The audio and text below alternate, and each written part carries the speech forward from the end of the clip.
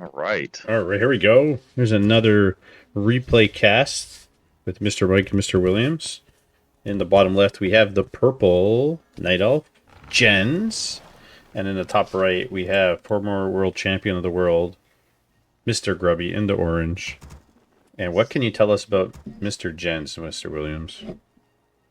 I believe he's Chilean or Argentinian. Anyway, he's from South America. He's had a huge rise in the last year or two in terms of just becoming one of the best players in the world. He was at Rollerland last year. Super, super nice guy. Very unassuming. Very easy to get along with. And he's just a good player. He likes to he doesn't. He's not known for a particular style, I don't think. I know he likes to mix it up and play some twos. I think he might even play some fours. So I definitely see him in the two scene a little bit.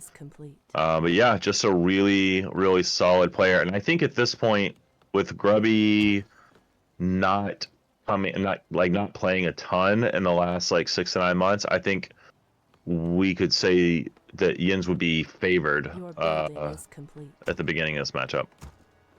Definitely favored. Been pushing a lot of players around. I don't want to say bullying, but he's a phenomenal player. Tons of skill. And I haven't seen him do too much outrageous things. I think I've seen him go Firelord and Panda a couple times as Night Elf.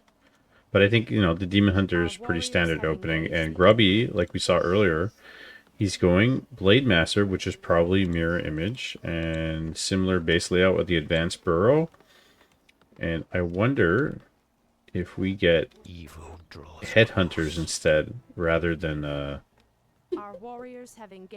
Grunt Raider. Is he going to go Grunt Raider Walker again? Well, he already started his tech, and there's no War Mill, so I guess he's going to stick with grunts here.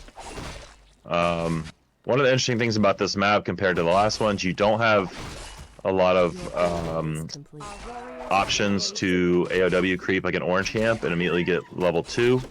Maybe the Merc camp at the bottom right there would have done it. I think that might be a little bit too difficult to do first, though. But yeah, Yins does a nice job. He ended up immolation creeping the green while he finishes the other camp with his AOW and gets level 2. The one thing I've done with going Blade Master Grunt opening is going late headhunters. I don't think Grubby's going to do it now because he's setting up his shop and his burrows. But you could go one Grunt opening tech into late headhunters with, let's say, for example, shamans against human for bloodlust or for purge. But it looks like he's going to go Raider or Walker in this scenario. And Mr. Jens, he's already got level 2, +4 ring, bit tanky. Mirror images have extra life if you have, let's say, a Period of Vitality or stuff that buffs your health stats for the blade. So, did he sell the ring? No, he sold his TP, bought dust. And once again, we see the skills being immolation and mana burn, so a little bit less tankiness, but the immolation allowed him to creep really fast early, and honestly, the mana burn's already been effective because the Blade Master basically has no mana. Grubby does pick off an archer here, though. Yeah, gets an archer. He bought boots, and without the boots, he wouldn't have been able to pick that up. Is he going to deny the grunt? He's not going to. Oh my god, he blocks him in. Yeah, that's amazing. He could have blocked him in again with the peon here. Oh, immolation's gonna get him. Immolation got him. That's the range on immolation. Oh, that's so broken. Yeah, he was standing right here, and the grunt was over there. No, that's crazy that he was able to use immolation. Got him, and I think he got a peon as well. That's actually a really big kill there. It was nice micro by Grubby to see what was happening and to respond. Now I know he got at least one archer, by the way, but let's see. He does have dust. Yeah, but there's moonwells here, so I don't think he's gonna get another archer. I never see Grubby complain about balance, but he'll talk about balance changes in a constructive way usually. But I was watching his stream earlier. But I was watching his stream earlier, and he was playing crazy. He was playing amazing. and he lost to, I don't know if it was Jens. I think it might have been another Night Elf, and he lost, and he's like, he was telling the chat, basically, I have to spend X amount of money on heals, salves, and items to survive. When Night Elf just has to go back to the wells and heal. He's like,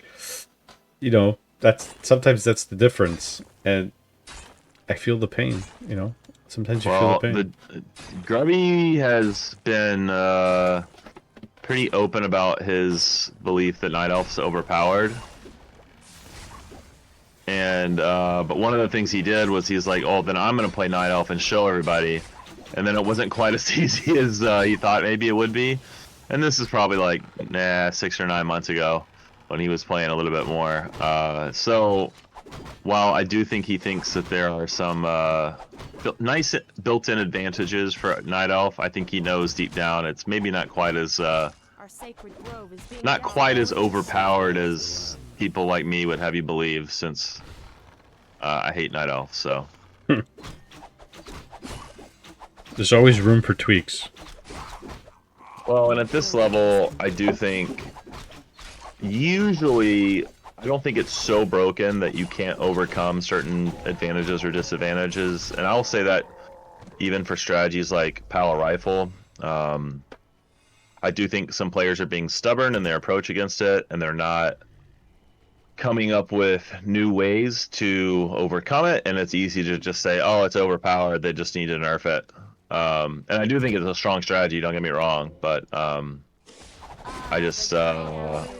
think it takes time for players at this level anyway to figure out how to beat certain strategies. So, well, talk about those tweaks and those adaptations after, because I got some ideas for you.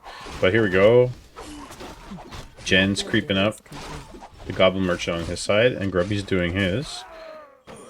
That's on the ground. We do see a Keeper second, by the way. Not a Naga, which I think Keeper can be really strong. Keeper's a little squishy, but I don't think any less squishy than Naga. But Entangle is just so nice to lock down units, which you don't really have without it, as we see on this Raider. And he's going to get Thorns later, which is going to be really good against Grunts.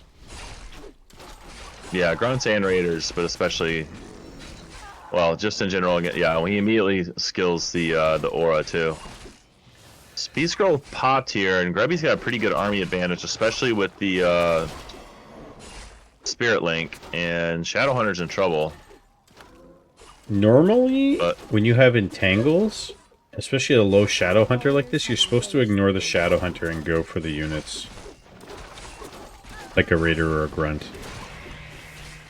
And yeah, Jens is, he actually did better there than I thought he would. And I think he traded relatively evenly, and this is before we see bears out on the field, so I think that's kind of a win. But he's still tier 2, by the way, and has not produced a bear yet. He's still tier 2. Yeah, he's going Dryads. And behind this, Grubby is got his Bestiary still, got his Totem, still tier 2. AP being built at the expansion of Grubby. I mean, he sees this, obviously. Yeah, he's coming over. Oh, yeah, he'll cancel it. Yeah. But Jens hasn't finished Entangling the Gold Mine, but his is almost up as well. And yeah, I think he's prioritizing getting that down ahead of the tier 3 tech and ahead of the bears, and hoping that a Dryad army will do the trick.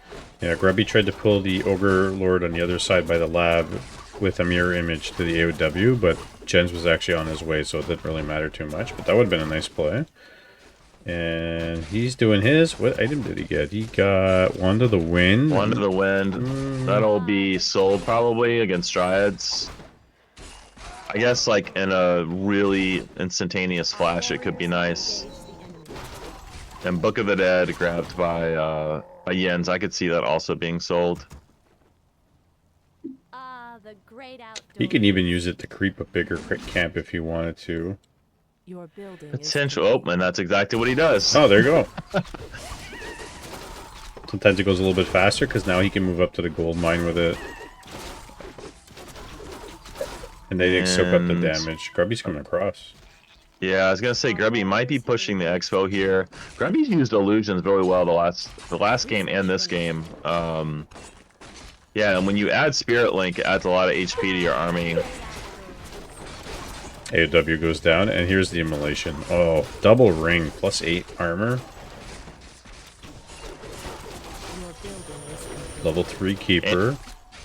And he's got an invuln, and he has a TP, so he has a lot of outs here on his Demon Hunter. And I'm really surprised Grubby isn't focusing the Dryads. He finally gets the Blade Master on one of them, but really nice micro here from Jens, and he's just losing. Grubby's just losing units left and right here. Yeah, and you can't. It's really hard to engage. Oh, that's GG. He's engaging without any mana.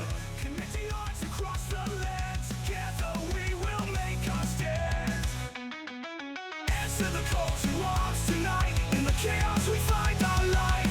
Side by side, we'll forge our path in this world of